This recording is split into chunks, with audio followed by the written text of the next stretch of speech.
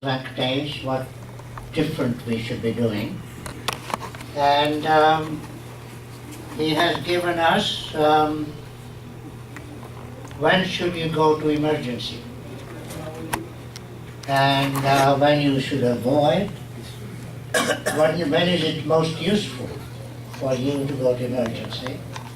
That's one. And then if you do go, what happens in the emergency? And we'll hear about it. The third part is what sort of planning you can do before you go to emergency. And Venkatesh is assistant professor in the department. His research is in clinical epidemiology located at the Civic campus. He works both at the Civic as well as at the general campus, and I'm looking forward to it. Venkatesh, it's all yours. I tried to pronounce his last name. Yeah, I was going to ask that. How to Venkatesh, pronounce. you tell us how to say it. Thank you. Thank you very much for inviting me. It's a great honor for me to talk to what I say as my people, to try to educate them, to try to impart what will be the most important things to know about and how we can better our health with the knowledge that we are going to get from each of those seminars. Because we come from different backgrounds, it is very important to know how the system works in here so that we are not frustrated, and at the same time, whenever it is important that we need to seek attention, we will seek that attention, get benefits with our health. I should also thank all the volunteers that feed us every week, and the empty number of volunteers in the temple that who make several of the things, festivals and presentations possible, and under the leadership of Dr. Jindal. I'm an assistant professor in 2 departments in the university, and I'm also an associate scientist with the Ottawa Hospital, and I'm a practicing emergency physician. So as Dr. Jindal said, we will just cover when we should go to emergency and what happens in the emergency when you visit us there, when it will not be useful to go to emergency, how can we avoid going to emergency in the first place. And the last part is probably the most important part that a lot of patients of ethnic origin have difficulty with in the form of advanced care planning. We find a lot of difficulties of patients from different ethnicities in order to communicate about this advanced care planning and the patients to decide themselves what do they want at that stage when there is a dire emergency going on. It is not uncommon that we will have family members one against each other because they are giving conflicting reports to us or conflicting information about their parent who is right in front of us. So I'm going to tell you a few little symptoms that are probably very important. But I will also tell you, you don't have to remember this. If there is any trouble, all that you need to know is that what looks like a dire emergency or an important emergency, you should probably call an ambulance. When in doubt, there is a telephone number called telehealth that you can use in order to identify whether you can wait until tomorrow to see your family doctor or you should go to the emergency now. Okay? So, South Asians, Indians specifically, we have hypertension and diabetes that is quite common, and as a result, we get stroke, heart attacks as 2 common diseases that many of us will end up getting, and that will generally be our terminal illness before we pass away. So stroke symptoms, if somebody is having difficulty speaking, very important to identify the stroke symptoms, okay? So difficulty speaking, deviation of the mouth towards one side. Like, all of you know of Jean Chrétien, our previous prime minister. He had deviation of the mouth towards one side. Like, think about that. If anybody is looking at that and it happened very suddenly, swallowing difficulty, confusion, or if they're not moving any portion of the limb, or somebody who walked about half an hour ago, not able to walk, think of stroke. The important reason that you need to think of stroke symptoms is that for the past few years we have been having a medication called a clot buster. So strokes are caused by clots. Most of the times it either comes from the heart or from the big blood vessel called the carotid blood vessel in here. If the clot goes up there and then it prevents you from doing some functions that I talked about, we can give a medication called clot buster. If the patient fit all the criteria, then you could potentially avoid the long-term consequences of stroke. That's why it's important. It needs to be recognized right away. You need to call an ambulance to go to the emergency department. We call something called as a code stroke, which means we identify the symptoms, we identify potential candidates who can be given clot busters in order for their function to return to normal. In olden days, it did not exist, and if you had a stroke, that's the end of it. You lived with a stroke, and whatever you got back is what you got back. It's not like that anymore. Chest pain, as I said, we are at higher risk for heart attack than other ethnic people because of our hypertension, diabetes, and the oil that we eat. So if you have chest pain symptoms, it could be potentially, particularly when you are walking and you're doing some exertion, it can be a sign of a critical blockage of one of the blood vessels in your heart. Okay? It can lead to death, it can lead to severe disability. So if you have those symptoms, you should probably call an ambulance and then go. Difficulty breathing. It could be because of a pneumonia or because of a heart failure. So that's another symptom that you need to worry about. Somebody who's losing consciousness, once again, it may be because of an irregular heartbeat that you're having that can cause it. Somebody who was previously absolutely well now is confused. You need to worry about a lot of salt abnormalities that are there inside your system, or even a stroke that can cause it. So you probably need to get some medical attention. Injuries, particularly head injuries. Somebody who falls down, has a head injury, is now confused. They are not the same way that they are. They are a little different. They probably might have something like a bleeding inside the brain. You need to seek medical attention. And injuries to some important parts. For example, while cleaning, if you have chemicals coming into contact with the eyes, or any poking of the eye due to barks, you're just working in the yard, it could signify puncture of your globe, and it can lead on to infection and you could lose your sight. So another thing, sudden loss of vision. Serious infections. If you have been having fever, things are really getting worse, you're not being able to move at all, and there is no flu of any sort that's going on in the community, think of serious infections. That's one of the common causes of deaths in people who are more than 60 years old. And we have been working very hard in order to identify these patients very quickly in the emergency department when they come in, and so that we can start treating them with fluids and antibiotics very quickly. That has been one of our priorities because we know that a substantial number of patients die because of infections.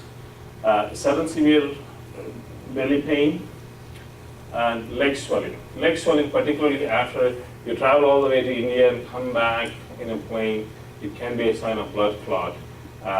You need to seek medical attention. So I just, and not to miss the psychiatric emergencies, as we have come from a very communal India to a very what to say, like, we are pretty lonely in here because we just go to work, come back. We could have psychiatric problems within us that is festering. So it's also a form of a medical condition. Seek attention, and when things are out of control, you can come to emergency for that care. Okay? So, bottom line is that if there is somebody who is right in front of you, who is going through an emergency, extremely short of breath, or severe abdominal pain, or looking unwell, you just need to call 911. When you have some symptoms, I have been having a little bit of pain, I'm not really sure, I'm okay, I'm walking around, then you call the telehealth number. I call telehealth to just see if they have like all these fridge magnets that are available that I can distribute. Apparently they don't do it anymore. So we had to write it down and then put it in a piece of paper in the fridge ourselves. So there is a nurse who answers the phone when you call this number. It's free. It's a confidential advice. Like, nothing. It's kept it's very confidential. It can be both for medical and psychiatric emergencies. You basically tell the symptoms, and the nurse will go through the process of working through the symptoms to decide what are the potential possibilities, and then the nurse will say, okay, I think you should go to the emergency, or you can wait until tomorrow, or you can book your appointment with the family doctor next week. So after you have had that interaction, the nurse also has the ability to fax it to either your family doctor, particularly to emergency. So we get those faxes from Telehealth Ontario, and we know all the interactions that you had, what kind of symptoms you have or don't have. We just use the paper and come and confirm with you what symptoms you're having or not having to check it so that we can come to a quicker diagnosis. It does not pump you ahead of the queue, but it helps us in the form of the symptoms that I've gone through. The service is available in English and French, but the nurse has got access to translators in 110 languages. It's always open, and the most important thing is that there are some times that the nurse is going to say, I think you have been having symptoms for a long time. You should go and see your family doctor next week. And if that's the advice, please go and see. That's where most of the continuity of care does not happen. And that's where most people do not follow through and go through the cycle of the repeat symptoms again and again. Okay, when will it not be useful to come to emergency? For example, if you have chronic symptoms, you have abdominal pain for about 1 year, and you have not sought care with your family doctor, or you might have sought care with your family doctor, but you're either unhappy or did not gain much. You decided to come to emergency because you thought that we will fix it. No, we cannot. Okay. What we are good at is asking any symptom that you have from your head to toe, deciding whether it's an emergency or not an emergency. If it is an emergency, we have all treatment options we know about at our disposal. We know everything about those emergencies. We can treat them and we can take care of them. When it is not an emergency, okay, it could be your muscle, it could be some of the intestines, it could be because of constipation. When it is not an emergency, we are not good at treating it. We are absolutely not good at all. It's like doing this. We are good at driving a fast race car, but we are not good at riding a chariot with horses. That's the difference between the two. Your family doctor has got extraordinary experience in treating these symptoms and knowing what these symptoms mean when they are going on for a long time. So that is the best person. And seek further care with a specialist if required through your family doctor. Second opinions. Once again, along the same themes, like when you're unhappy with your family doctor, if you want a second opinion, usually we cannot help much. All the time that you put in is wasted. Your annual checkup, blood tests for regular things such as your cholesterol, diabetes checks do not work there. You cannot seek medical attention during daytime because you're busy, and so you come to emergency trying to figure out that we will help you. We, once again, will be telling you, this is an emergency, not an emergency, and it is not an emergency. Our threshold of, like, even the thinking power of to what the problem is goes really down, and we will not be of much help to you. Insurance form completions. Most of the insurance forms require the family doctor to complete it, or require some kind of a, the doctor should have known the patient for several months, several years. Okay? That does not work. Until otherwise, it's related to an emergency. Medication refills, particularly pain medications, like you just absolutely waste your time. But if it is an emergency wherein you lost your medication, or somebody came from another country or another city, they forgot their medication, everything else is closed, you need medications for high blood pressure or diabetes for 3 days or for a week, then it is possible to get it. But if it is a weekend when everything else is closed, and this is the lowest priority patient that we have, you can assure yourself that you're going to be waiting for about like 6 to 8 hours before you get your thing accomplished. So, this, I'm going to tell you what happens when you come to the emergency.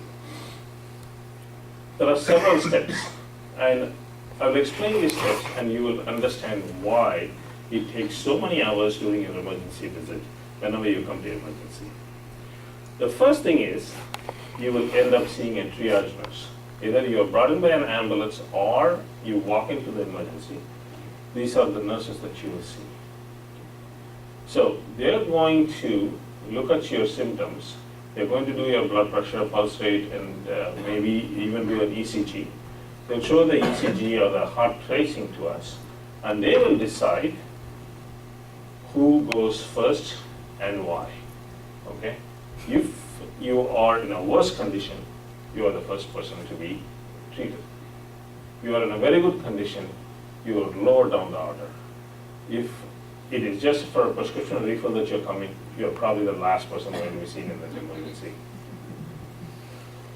So, the nurse decides whether we have to put this patient immediately in a bed and get treated because the patient has got some stroke symptoms or a heart attack going on, or we have to save the eye because there is some chemicals that hit him. Or she'll just say, okay, everything looks fine. The doctor has to look at you to decide what is going on. So you end up going to the waiting room right in here along with all the people.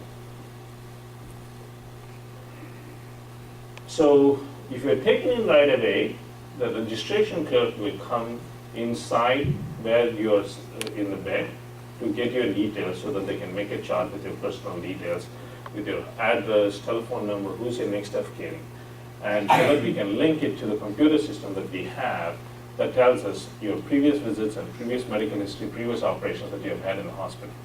Okay? If not, if you're sitting in the waiting room, this is what is going to happen. You're going to wait your turn and go to a registration clerk. She's going to register you and give a chart to you. And as I said, if you got a chart and you're looking well, you go back to this waiting room in here. If not, if you're in a serious condition, you would have already been in a bed. Once you go to the area, wherever it is, like, in a monitored area, the trauma bay where you're really sick, that's why you are there. A second nurse immediately comes, and if it is life-threatening situation, the doctor from in the emergency who is there in that area is overhead called, and then I would come immediately to the bedside. So the nursing assessment and the doctor assessment happens immediately for life-threatening conditions. Okay. If not, the second nurse is going to assess you separately, and after some time the doctor is going to come and see you. So the doctor sees you. He or she may order some blood tests for you. Some x-rays may be ordered. or a CT scan or MRI can be ordered, depending upon the condition. Then you wait for the results. This is how it feels when you're waiting, because all the results have to come, like, you're waiting. In the meantime, as you're waiting, we would usually start your treatment. If you're having some nausea and vomiting, we'll give you some medications. If you have headache, we'll give you pain medications. Or if it is known to have, like, you have a tiny bit of an infection, you need to kickstart something, we'll just give you an antibiotic while you're waiting. Then the results come. Okay. When we talk to you about the results, and that may not be the end of it. Okay. So after the results come back, if it is unclear as to what is going on, there are some changes inside your belly which requires a surgeon to have a look at you to decide what we are going to do next, then you will have to wait for the specialist to come and see you. Okay? Sometimes, for example, if you come in with a chest pain, the blood test for the heart attack, in the bloodstream, the chemical for the heart attack does not go up for a few hours later. Okay? So it takes a few hours for the chemicals from the heart to be released into your bloodstream so that we can test it. So we generally repeat the blood test for about 4 hours, 6 hours, and 8 hours later. So you might have to wait for another blood test. So you'll continue to be waiting. That's the story in here. So let's look at the timelines, what's happening. You are in a very serious condition. Within less than 5 minutes, you'll go to your bed. Okay? If it is not, like, you're absolutely not life-threatening, but your blood pressure is okay, but you do not look well, it takes about another 15 minutes for the nurse to check it, about an hour for the doctor to come and see you. If you're in dire life-threatening situation, within 5 minutes, all of these happen. Okay? So this is the difference between the life-threatening and the non-life-threatening. But the rest of the things that follow are exactly the same, because these are system things that have to happen, and these times cannot be changed. So blood test will be done in about 30 minutes, or maybe less than 15 minutes. X-rays and CT scans take about somewhere between, like, if it is an X-ray, it takes about 1 hour for it to be done. You have to go to the X-ray department, somebody has to do the X-ray, input into the system, and now we have portering system where a porter has to come and take you. And the X-ray is done. The X-ray needs to be sent by the computerized system to the emergency so that we can have a look at it. The whole thing takes about at least an hour, at best. If you have to do a CT scan or an MRI, you are on the wait line for all of the people who are waiting in the emergency to have a CT scan and MRI to be done. Okay. So you have one machine, everybody has to go through that machine. So we are talking about somewhere between 4 hours to 5 hours. All of these results will take about a couple of hours to come back. Okay. So if it is a CT scan or an MRI, a radiologist who's a specialist in reading these CT scans will have to go through each one of those pictures very carefully, and then they will have to report to us as to what the problem is. And then we'll have to sit down and put the whole thing together. What were your symptoms? What is the blood test? How were you looking before? How have you responded to treatment? What are your vital signs in the form of blood pressure, temperature, everything now? And what are the results of the scan and X-rays that we have done on the blood test? We'll have to put the puzzle together in order to come to a conclusion as to what is happening. If you have to have any repeat blood tests, it may take another 6 to 8 hours. And then we come and talk to you about what to do next. So there you see, on an average, it can take about 6 hours to about 18 hours for all of this to happen. So non-life-threatening, it is pretty much the same, except the top portion where you have to get inside that area where you are getting treated, either in the, what we call it as cubicles, or sitting down and treating, walking treatment area, or versus a bed where you have to lie down in order to get the treatment, it can take between 1 to 3 hours for it to happen. The rest of the blood test results, X-ray results, and the rechecks, nursing rechecks remain the same. So then you see that it takes about 6.5 to about like 20 hours for you to get a complete treatment done. Two important things that I want to tell you is that the analogy of an assembly line. All of us have seen the Charlie Chaplin video where he misses a couple of things where it just becomes a complete mess and it becomes a problem. Okay? So similar to that, as patients come through, we are putting them through an assembly line where there is a triage nurse, there is a registration, doctor checks them, you have blood tests done. The moment that we try to do, depending upon your situation, like it may be expedited, you may be bumping somebody else, but trying to revamp the whole thing is going to create a big problem. And now this is what happens during holidays to us. Okay, this is all family doctors, walk-in clinic, all of these roads are, but this is the emergency. Everybody who's sick wants to come here. Everything else is closed. Your family doctor is closed, your specialist office is closed, walk-in clinics are closed, and it's Christmas Eve. We are the only people open, or it's New Year's Eve, we are the only people open. So the more people who come in, the longer it takes us to put through the CT scan or blood test and blood test results. So, patience is not the ability to wait, but having a good attitude when you're waiting.